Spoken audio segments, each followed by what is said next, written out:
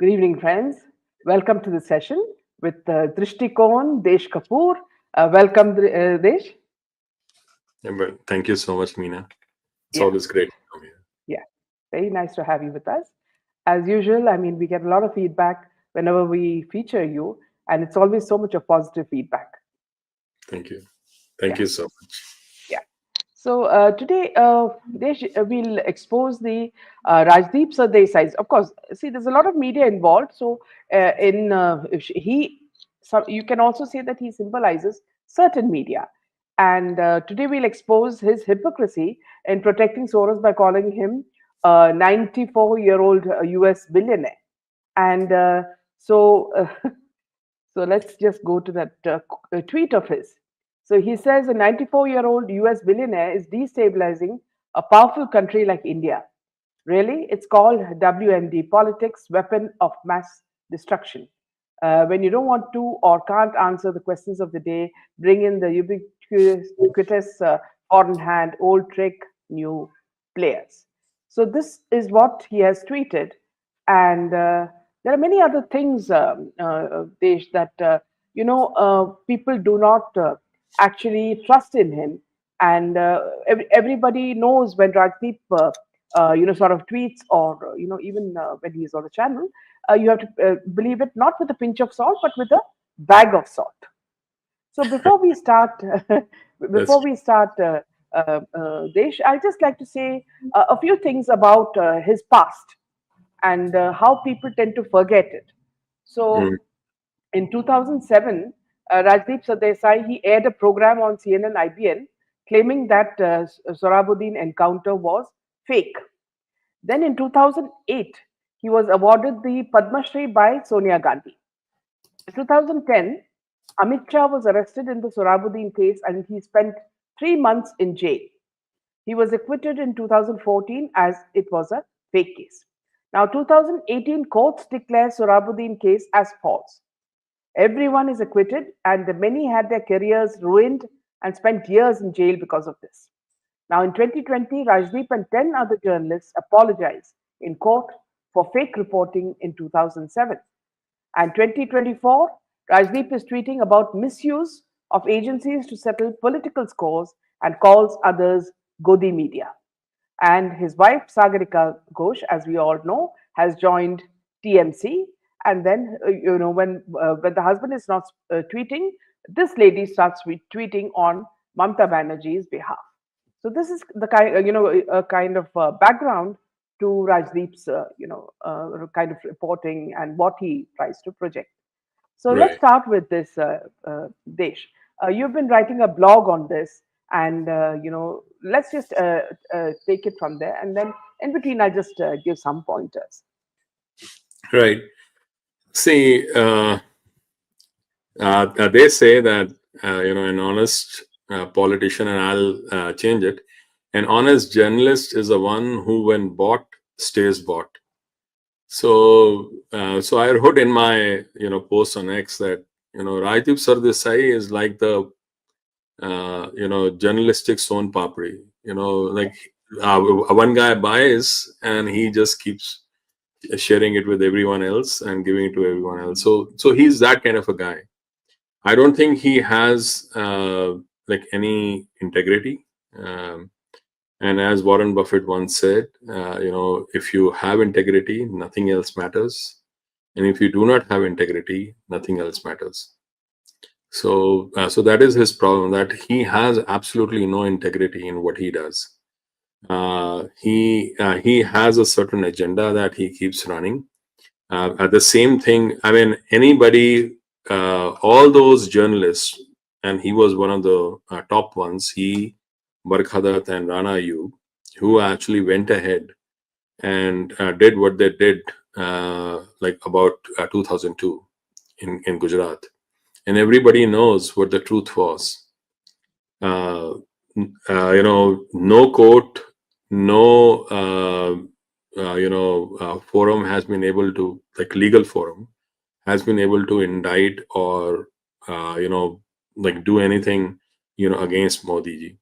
So the thing is that in all these years, Rajdeep Sardesai was peddling falsehoods. Not once did he ever talk about all the stuff, all the shenanigans of say Tista Seedalwad or other people who were like dishing out falsehoods after falsehood. People made careers out of it, as did Rajdeep Sardesai. So that has been his journey all along, and that has been his like mojo and a credo the way he has worked.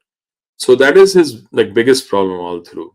Now, as far as this claim about him being 94-year-old billionaire is concerned, I mean, so what?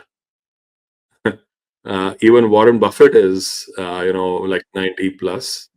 His one quote, impacts so much. In fact, like if he buys just like one stock, people start buying stock after him. And as far as Soros is concerned, just a few months back, he had pledged $1 billion to fight against, Modi and a few others. His money speaks.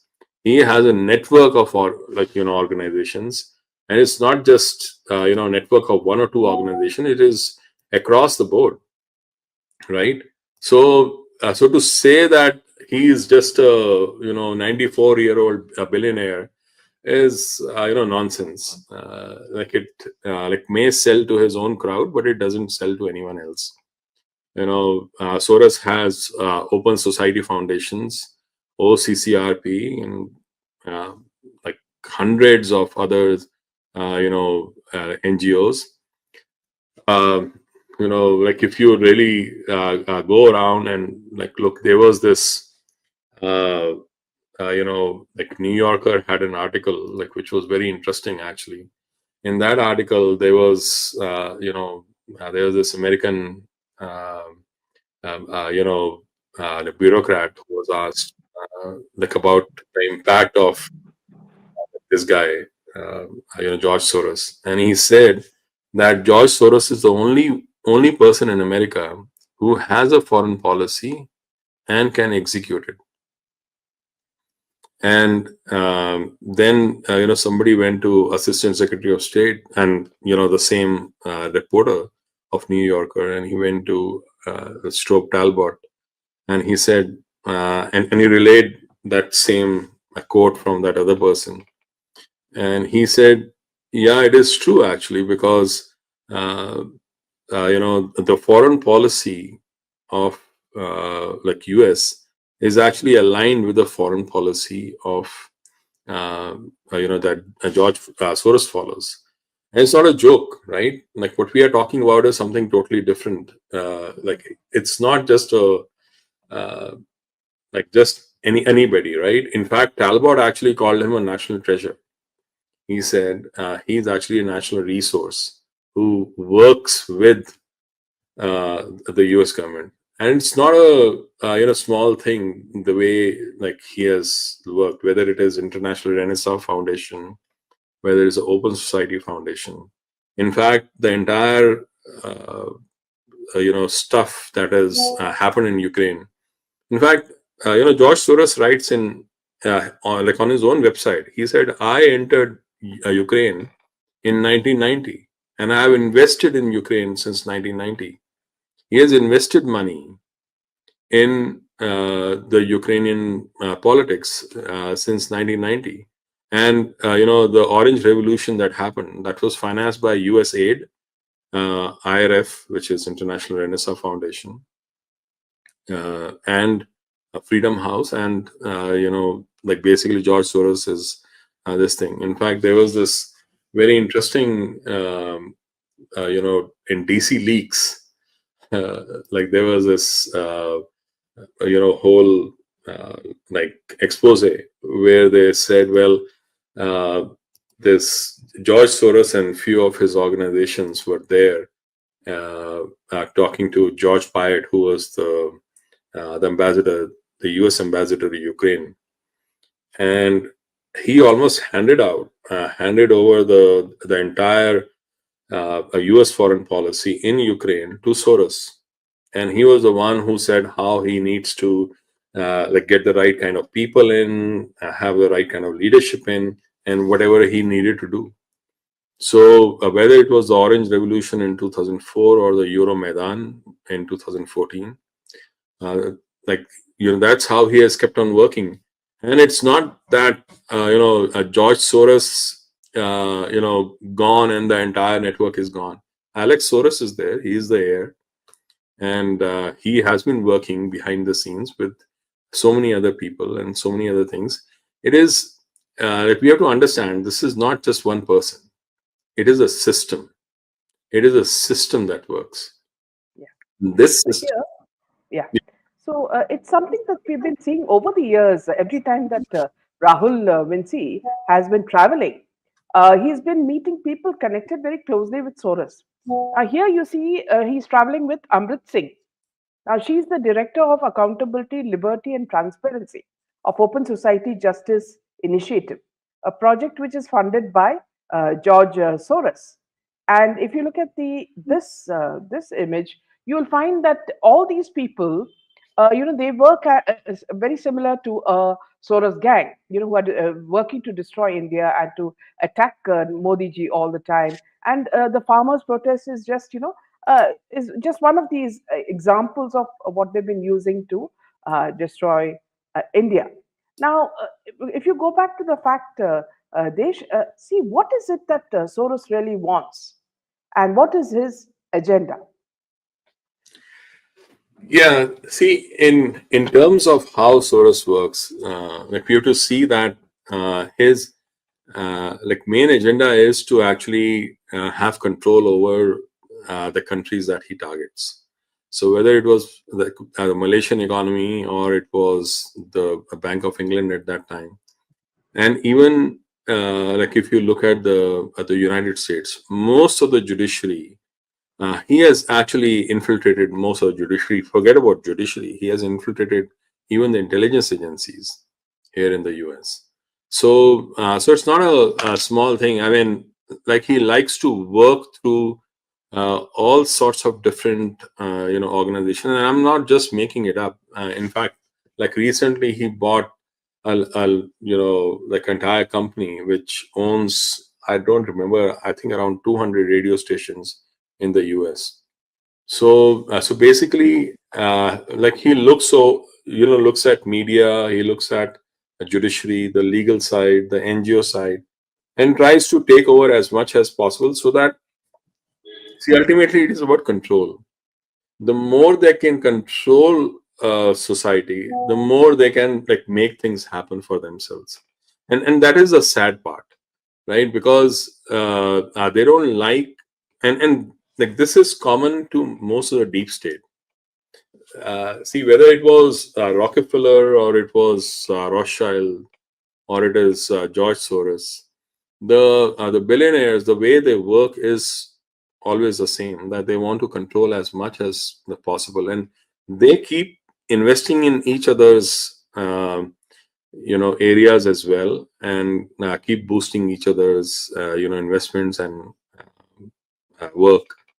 But Soros is like his ways are very very different in some ways. One, like he's quite overt also. He has that bug in him that after some, like initially he was very he used to downplay. There was like one time, actually this was a point of discussion also in one of the articles in New Yorker or something like that, where he said, so why is he coming out so much? And the reason was that he felt more and more confident now because there was nobody who could challenge him around here. So, so within the US, there are not very many, politicians or even like business people who are like, going to, challenge him. And like it is not about like religion. It is not about, any like nationalism. Like it is about power and control and also profits. The reason why US has become the hub for all these people is because US wields so much of power. US can go and demolish and destroy a country on whim, and that is like what it has done everywhere, even Syria and earlier Iraq and Libya and all those places, right? So that is where like Soros is a little different from Rothschild and like Rockefellers, because Rothschilds and Rockefellers, like those people are the ones who work under the radar, under the surface. It's very tough to find out like where all they are working. But Soros has been quite open in the sense that his organizations have been working uh, like throughout, and people know, and like Open Society Foundation that he has like has been proliferating everywhere, and like it is out there on his like websites also. I mean, like whatever I'm saying about George Soros entering here, like Ukraine, like it is not someone else who was saying it. It's on georgesoros.com. You can just go and check it. So it's as blatant as that. So, Uh, so Desh, right. when you say, if Rothschild works from, discreetly and he is more open, is there some link between the Illuminati and the deep state? Uh, I don't see. Actually, I wrote a very detailed newsletter like this time, and like I don't like to call them Illuminati or like Illuminati or those kind of words, but there are all these people actually work together, and there is very like whether it is Bilderberg group, or it is uh, you know like other groups, that Council of 13, Crown Council of 13, Committee of 300, Council on Foreign Relations, Trilateral Commission, Club of Rome. And in fact, one of the place they say that World Economic Forum is a daughter organization of Club of Rome. Mm, And people talk about Illuminati, but I I don't have a whole lot of like evidence about like those kind of like efforts, so I don't talk much. But there are other organizations, Chatham House. Chatham House came up with a Chatham House rule where like you have free and frank discussions in those forums. You can listen to them, but you cannot reveal the identity of who spoke and what they said. You can use that information, mm, and so if you like, and there are roundtable groups like which happen even now. So all these organizations, so if you look, there is a global elite, Crown Council and the Committee of 300, and then they have the strategic think tanks, right, and the secretive forums. So you have Chatham House in terms of think tanks, Council on Foreign Relations. On the other side, you have secretive forums like a Bilderberg group and roundtable groups and all that. And then comes to operational like organizations like IMF, WEF, United Nations, and World Bank.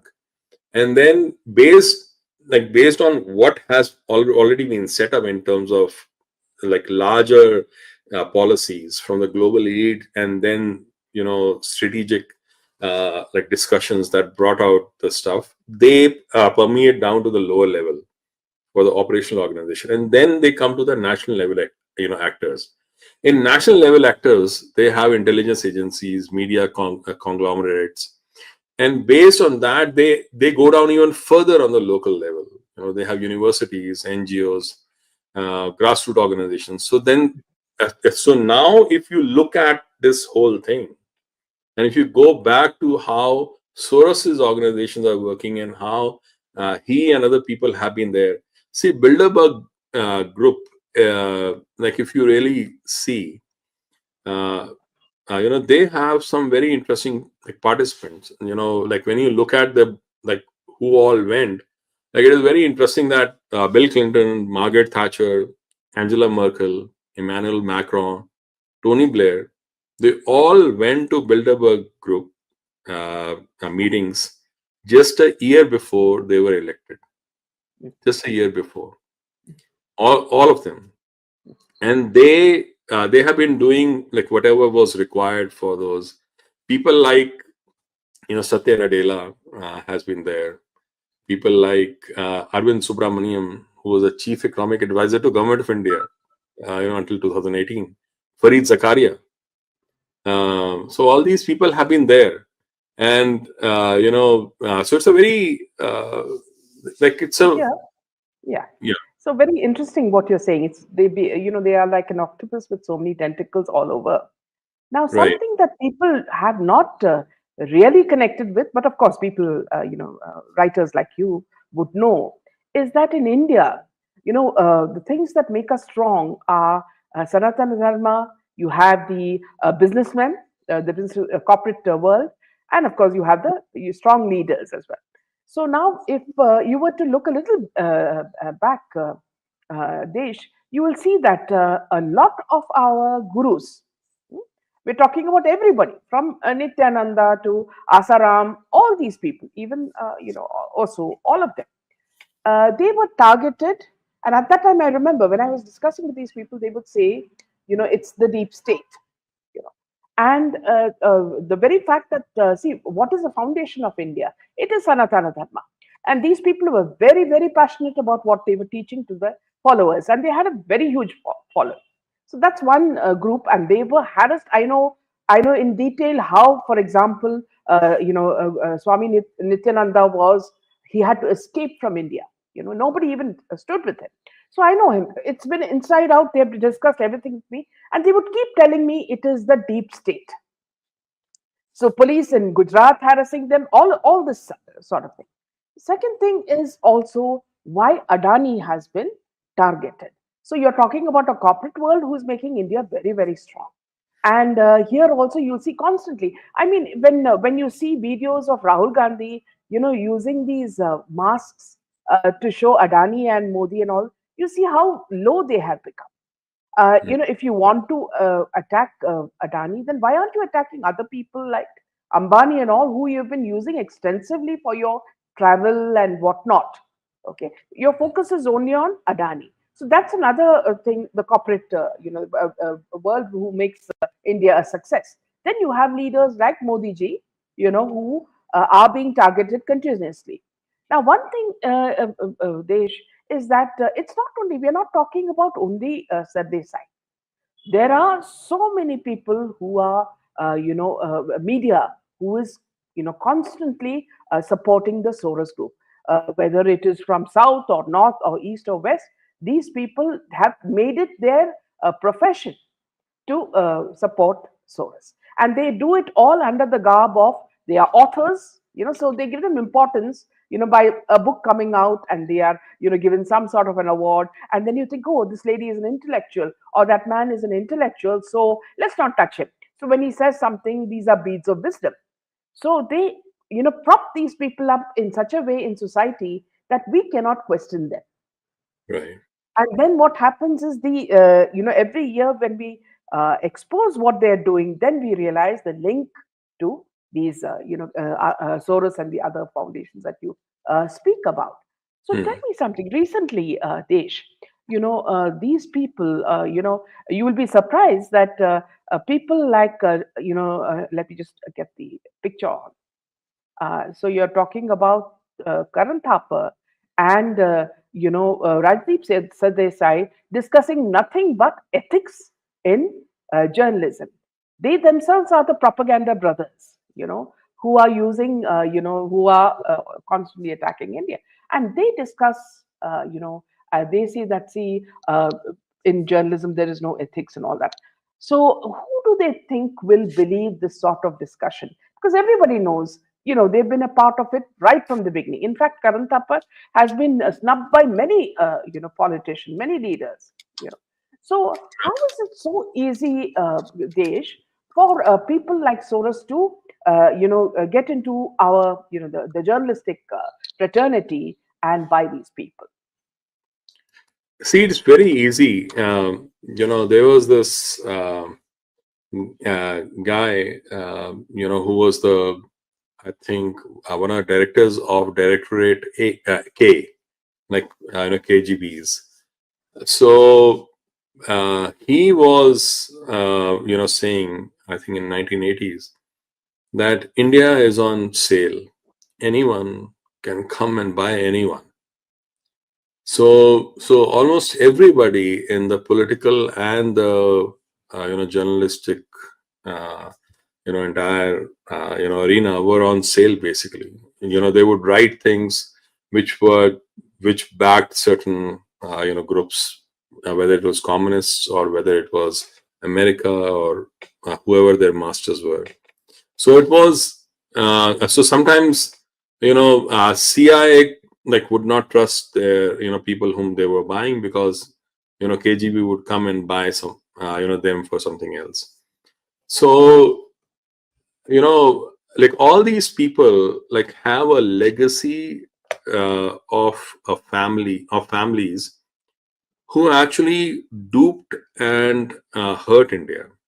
Many people like may not know, but Kunj Bihari Thapar, who was the grandfather of Karan Thapar, had donated 1.75 lakhs to the fund of Punjab governor Michael Dwyer, like the guy who backed the Jallianwala Bagh. So these are those kind of families who profited. Uh, he you know they profited from the atrocities on Indians by the British. They were the ones who used to get all the benefits there. And when as soon as India got independent, these are the people who were put on like places of power, and they behave as if they have really done a whole lot to save India, when it was the exact opposite.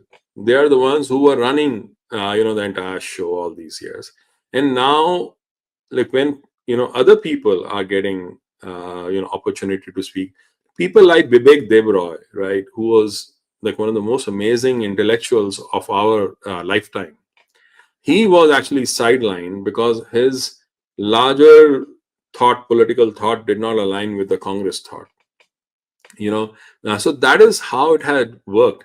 The problem, when they say that there is no freedom of expression, or like freedom of speech is gone, like it is not as if their freedom of speech is gone. They can still speak whatever they have to say. Their problem is that other people have also gotten the freedom of speech, which they had always silenced. So their barometer of freedom of speech is actually judged by how much other people can speak now, and their entire shenanigans are put down. The only reason why like Modi ji came to power in 2014 was because of the fact that he used the social media and bypassed the entire mainstream media. The mainstream media was going on and on about like all his stuff, which was all false about 2002. I mean, I really looked at it in detail, and I now Sabarmati report has also come out, and all other like movies are there, and other like stuff is there. Like there is enough information out there to go and like talk about like all these things. So the point I'm trying to make is that it's not as if these people have suddenly become saleable. They were always like saleable. The entire family was saleable, right? Like was purchasable. If uh, so, a family which was actually backing Dyer, after Jallianwala Bagh, donating to him, is the same family which has which is like bought by other people and has been backing all the way from the killing of no media actually spoke about any of those like anti-Brahmin massacres that happened after Gandhiji died. Nobody talked about that. The entire media actually like just buried it. Similarly, other massacres that happened, like 1971, like whatever happened there, like it was a Hindu genocide. The Congress party, they buried that Hindu genocide. They didn't call it Hindu genocide when they should have. And that is why Pakistan went scot-free. And then, all those things that have happened all the time. Now to expect that they will ever talk any any truth or any facts is like there is no point in even expecting that. Like I think the time has come for them to just be sidelined completely, because they will never speak the truth, and because uh, they have a sense of entitlement. They they cannot bear that a common person can like come up like Modi ji and rule the country in a way that he has done. They have tried everything, right? So so I think like one of the reasons why they have been going after like Modi ji is the same thing, that here is a guy after all these years, since even before India was independent till today, till 2014, there was not even a single administration except for that small part when Lal Bahadur Shastri was there, which was not available for purchase. Every administration in India was always available for purchase, every one of them, and it was very very tough to rule a country like without being impacted by others, and that is where like we are today, and that is what see when like Modi ji went to like US in the last visit that he came. At that time, Biden was trying to woo him, but like Obama came on Christian Amarpur's program and was like saying all kinds of things against him. So I was thinking that if you want like like India, like if you want to actually create an alliance or create some kind of partnership with India for economic reasons and others, and knowing that like Modi is one of the most powerful leader and there's no way he can get out of power, then you have to be an absolute fool, absolute idiot to say the kind of things that Obama said, because there is no way you can ever approach like Modi after saying all that and have any relationship. But why would Obama say that? Because he's not an idiot.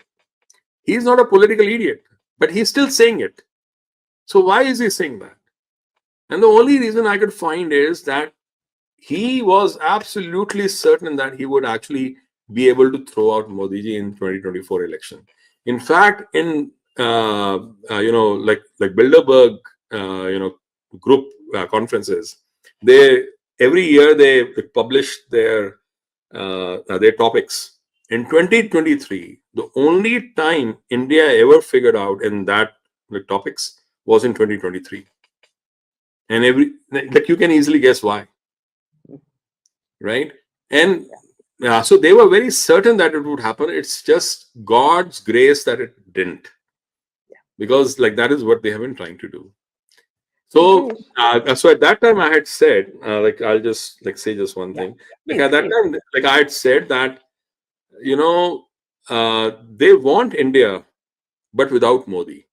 Mm, That's the problem that they have. yeah.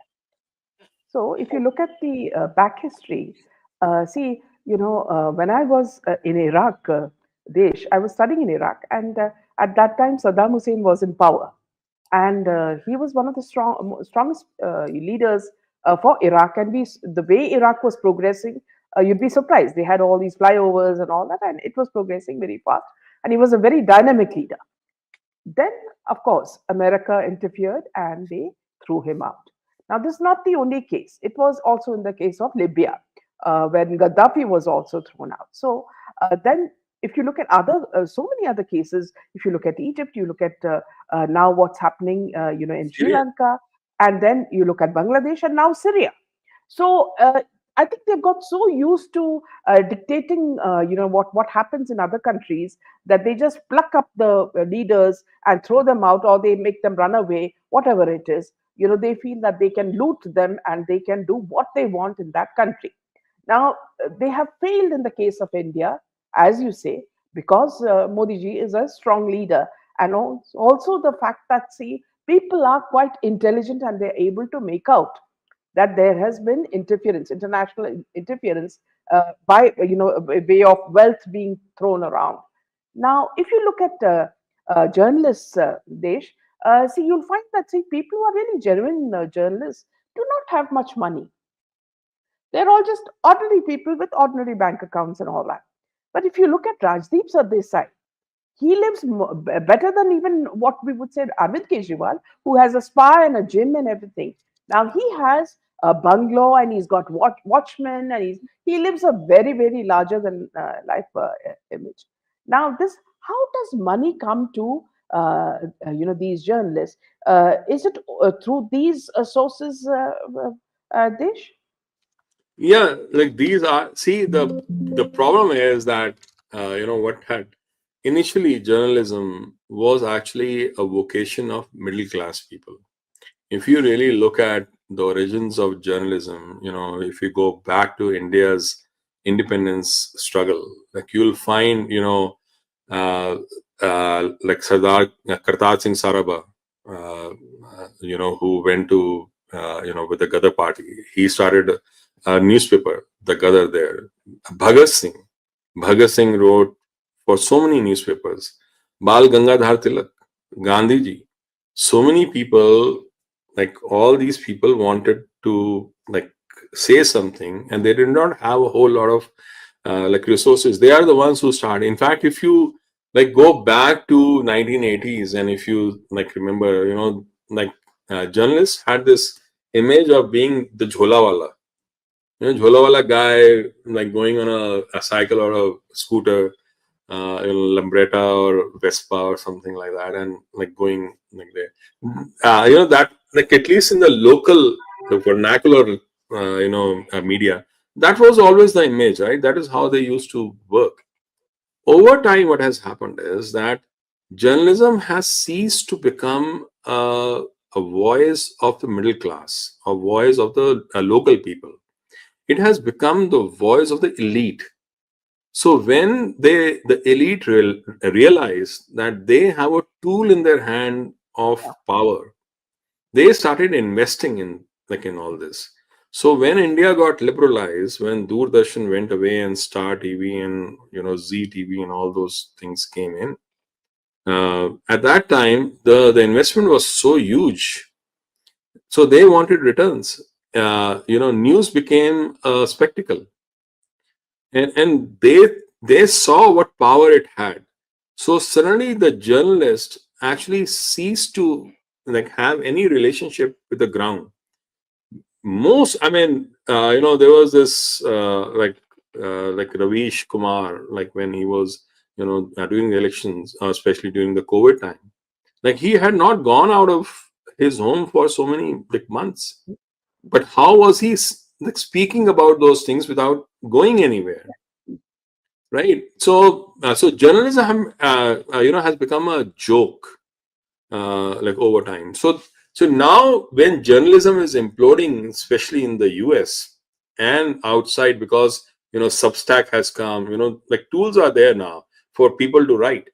A Substack is there, and other like tools are there.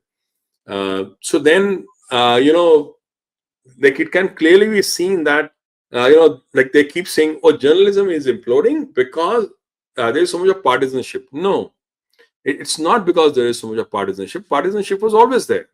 The reason why it's imploding is because the journalists have absolutely no link to the common person. They, if you, I mean, these are the guys who have, regularly misread the elections for last so many years now. How could you do that? How could you be a journalist and still not know which side, like it is, like it's not as if they miss by a little, they miss the entire result. Like, how could you do that? How could you be so tone deaf? Like I was in India, and there was this very senior like bureaucrat I was talking to, and he was saying like telling me that why don't you write for the American newspapers, and you can refer and like to the articles that are written in the like in Indian media, and craft your stuff. I said, the day, I mean, like you are insulting me, because the day I have to refer to the Indian journalists to write my article, that will be a very sad day, Mm, because these guys cannot even ask the right questions, mm, and like have absolutely no, I mean, their level of asking questions is less than a third grader. Like that's how bad they are, mm, because they just cannot analyze anything. If this was like if this was the level of analysis in any of the corporate guys, they would have thrown out in the very first week itself. But these are the journalists, the top journalists. So here, let me just a small interjection. What you say is so true, Desh, because see, when I made a movie on a documentary on a dancer, Kathakali dancer who's got a Padma Shri. The movie was based on his life and the truth about his life, ups, downfalls, and the rise and all that. So at that time, we were in Kalamandalam in Kerala, and we had called for a press conference. Now, as you say, some journalists had come. Of course, they sent their reporters. And when they sent their reporters, now, see, being a journalist myself, I thought, the questions that they would ask would be after they did some research and about the dancer or, the style of the documentary. But they did not have any idea. Living in Kerala, they had no idea even about Kathakali. Kathakali, which is an ancient art in India, which is Keralites are very proud of and showcase wherever they go. They had no idea about what the dance was. They had no idea about the dancer who won a Padma Shri and who's the top in that field. And they were asking me very silly questions. Then I realized, as you said, how low the standards of journalism has gone because they're not interested in that, as you said. See, they're not interested in culture or anything. They just want what is masala. Now, if somebody is fighting politically or some other this thing, they have the channel has an angle. They will tell them you just do this, okay, cover it from this area or cover it from that side. So they're so used to being spoon fed. They don't even have the capacity to ask their own questions, or even judge something, in its entirety. So this is just a small incident that I'm talking to you about. But as you said, we've been watching the way, journalism has stooped so low that everybody, they get so agitated even if you ask questions. As you said very clearly that, see, people are telling you, you do your writing based on, some Indian journalists or whatever. We get a lot of calls. I get very strangely, Desh, I get some calls and they say that, see, we are an event management team and we are doing an event and we need an editor for that. Can you imagine? I mean, I just take the photo and I just keep it. So there are different ways that they want you to fall into a trap and so many other things, because if you've got a reputation, for example, your Drishtikon is very well known and people know the way you write and you're not scared of anybody. You're doing your job very well. So, like you, social media has changed this whole thing because there are some very very strong writers and journalists who are speaking the truth without any fear. Right. So do you think that mainstream media has been challenged by this kind of social media? Yes, it has been, right? Because see, the thing is that mainstream media people, if you really look at them, you know, like whether it is in US, whether it is like the entire West, and even in India, what has happened is they went from a place where they used to report the news to trying to craft a society where they could create the news. Yeah. So you understand the difference. Like if you look at Nida Radia tapes, if you look at like how Barkha Dutt would cover, like 2611 and other things, and how COVID was being covered, that they were trying to craft a society where they could create the news as an opinion. So it was not reporting that was going on. Mm. And what has happened is that like people have seen through, and there are unfortunately in India, still there are a lot of the gaps in understanding of things, like how the global research like has gone on. Like I was, you were talking about Adani. Why are they like attacking Adani? The reason is because like Adani Group is a national champion corporation, like we discussed earlier. National champion corporation is a standard concept that goes everywhere. Now you can call it crony capitalism because my national champion is my national champion, but your national champion is crony capitalism. That's a okay. वो साडा कुत्ता कुत्ता टोड़ा कुत्ता Tommy वो वाला scene. You know, so the thing is that like that is like why like we have called it like love jihad, for example. The entire Europe has faced the scourge of grooming gangs. Everybody knows about Yeah. it. Like if we had used the same kind of semantics and terminology, then like things would have resonated better with the global audience, which we didn't. And these guys, the journalists, the mainstream media, like who's out there, they have a certain way of bringing you down, and that's how they work.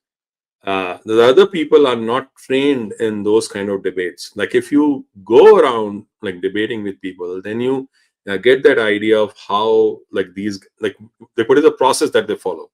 So if you start following that process, then they don't stand a chance. And that is the reason why Substack, like which was started, is actually becoming the place to go for most of the journalists. In fact, they have started like something just for India, so that uh, people in India can start writing like real stuff on Substack. In fact, like when I started my newsletter, I started my newsletter on Substack. Like, but I later on moved to another platform, and that's where it is now. But like people in India can do that, and like they can create that, and there's local coverage. So today, when you look at X, or what used to be Twitter, like it is the largest news media today. The largest news media. People go to X for news, not the mainstream media. And that is because the citizen journalism has become much more effective, like much better. Like there was that like famous exchange between the BBC and like Elon Musk. So BBC guy was saying, well, there is no fact checking there.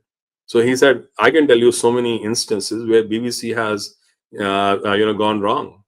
So have you apologized? Have you brought that out? Like you haven't, but you were wrong, right? So who decides?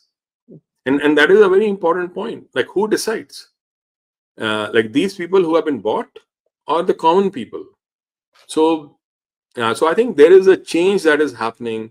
It will probably take 5 to 10 years, but in those years, mainstream media will have a major problem, and that is the reason why they have come up with it, like with this farce called fact checking. Mhm. These fact checkers are also backed by Soros, actually. Yeah, If you absolutely. really look at it, Yeah. like it's also like backed by them, and they wanted to, like I call this a righteousness framework of power. Righteousness in the Christian theology means that the ability to be justified and to speak the truth. So in theology, in the Christian theology, it is said that only God is righteous. Only God can say things like which can be justified or which are truth. Human beings cannot. So by that association, only Jesus was the living person who could have said the truth.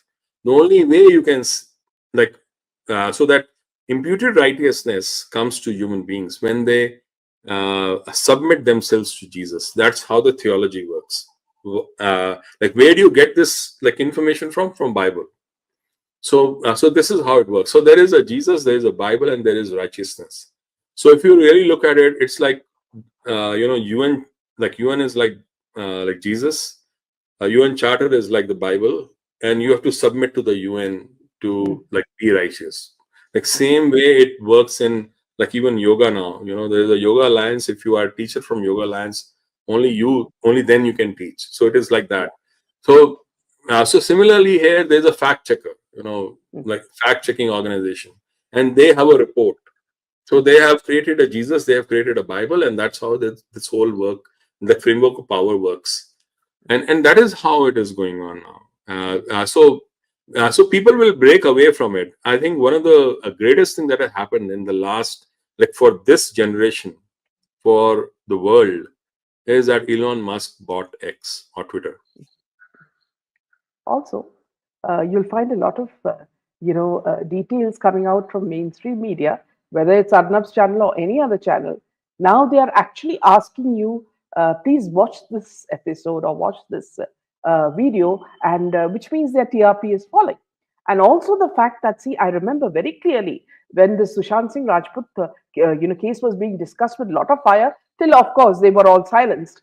And Navika was online and from Times, and she was speaking, and suddenly she got a call from a top lawyer, and she just mid sentence stopped and did not pursue that topic at all. I mean, we were all shocked because we know who the lawyer is, and why she kept quiet. And so, what is happening, Desh, is that there is a very sudden change in now, because people are very, very, they know what to watch. So, when you want to watch something, you just go straight away to YouTube, you type what you want, and you get it within 10-15 minutes. Now, what mainstream media has done is they realize the power of YouTube, and what they have done is they tried to now cash in onto that. So they take their topics and they put it there, thinking that, see, they'll get hits because of just being that 10-minute or 5-minute, focusing on that topic. So you see how, as you said, not only Twitter or whatever X, has changed the way people think because it's become the main news portal. Also, the fact that, see, people do not rely anymore on mainstream media because they know they're biased, and there are so many people breathing down their neck, and this is all, of course, money related. And whereas you have YouTubers who are not funded by anybody, they are telling you the truth, and if you don't like it, just go to another YouTube channel. So they have so much of choice. And this itself, because I know for a fact, let me tell you something, Desh. See, if I invite any of these politicians, on my channel, look at both the parties or the BJP or the opposition. If I invite them to come and speak, none of them will come. Okay. Right. Now, if you are saying that you're in a democracy, you can speak the way you want to speak the truth, then why are you hesitant to come into a channel? I'm not saying that it's because I'm bold or what I'm speaking the truth. No, I'm just asking you your opinion. So if Right. you are saying that you are, a party that wants to bring in, a difference, its truth and everything, then you should be the first one to come on our channel and explain what's happening. Right. Okay, but they want to use you in different ways, to make their party strong, which is not happening. You see, you're getting exposed all the time. Right. So, as you say, there has been a huge difference in the way media is being, watched, and how they are being slaughtered. So, and of course, people like yourself are also, speaking in detail, doing your research, and in detail, you are, saying what's the background. So, what happens is that the common man, understands much better when he's reading your blog, or listening to you on a certain channel. They understand much better than these what you call these debates, bashing debates that happen in mainstream media at 8 o'clock and 9 o'clock. So I think the TRP has also started falling very badly, and now they are facing the repercussions of these kind of interferences, isn't it? Right. Yeah. Yeah. See, the thing is, I mean, like, even when I um, like started writing this, like, really long form like newsletters with evidence, that is how I wanted to write. Like, I remember, like, a couple of years back, like I had gone to India, and I was actually having a discussion with my own sister, and she was telling me, why don't you write like shorter stuff so that people can easily digest it. I said, that is exactly what I don't want to do. I want to write things for people who are serious, Yes. for people who want to do their own research. And that is why I keep saying to everyone, take my stuff. I have a lot of links, a lot of evidence in it. Go take it and use it the way you want to use it. Do some more research. In fact, for a long time, I used to even publish all the links. I mean, if I read like 50 different articles, I reference only, say, 10 or 5, out of that. So I used to publish all the links of all the 50 of them. Yeah, go ahead and do your own research and come up with something different. And I'm not making stuff up. It is not an opinion that I'm writing. I'm actually like doing research, like putting the evidence in there, and like none of it is just made up. For example, I'll give you a very like simple example. When I was 9/11, the guy, so Muhammad Atta was sent like $100,000 by the ISI chief, Lieutenant General Mahmood, through Omar Sayed. Now, I'm not making this up. Like it was there in CNN, it was there in Guardian, it was there in Wall Street Journal. I have all the links. I have put it in there. And then, like, Mohammed Atta actually shared that money with all the other hijackers. And 2 days before or 3 days before, he took all the remaining money and wired it back to Omar Sayed. So I'm not making it up. It's already there, but people are not looking at that. People are not even bringing that up. So if they had, then instead of attacking Afghanistan, US would have attacked Pakistan. But they didn't. But nobody asked those questions. So that is what I'm trying to say, that like it's up to us for to do the right research. Like when I'm doing my research at that time, like if I change the timeline of Google search from all the way from today till say 2010, the answers I get are very, very different from what I get today. But that's how it is. So we'll end on that note. Thank you so much, Desh. Always very interesting talking to you. And whenever you speak, we learn a lot more about what's happening. And so thank you for that. Thank you. Good night. Jai Hind Good night. and Jai Shri Ram. Jai Shri Ram.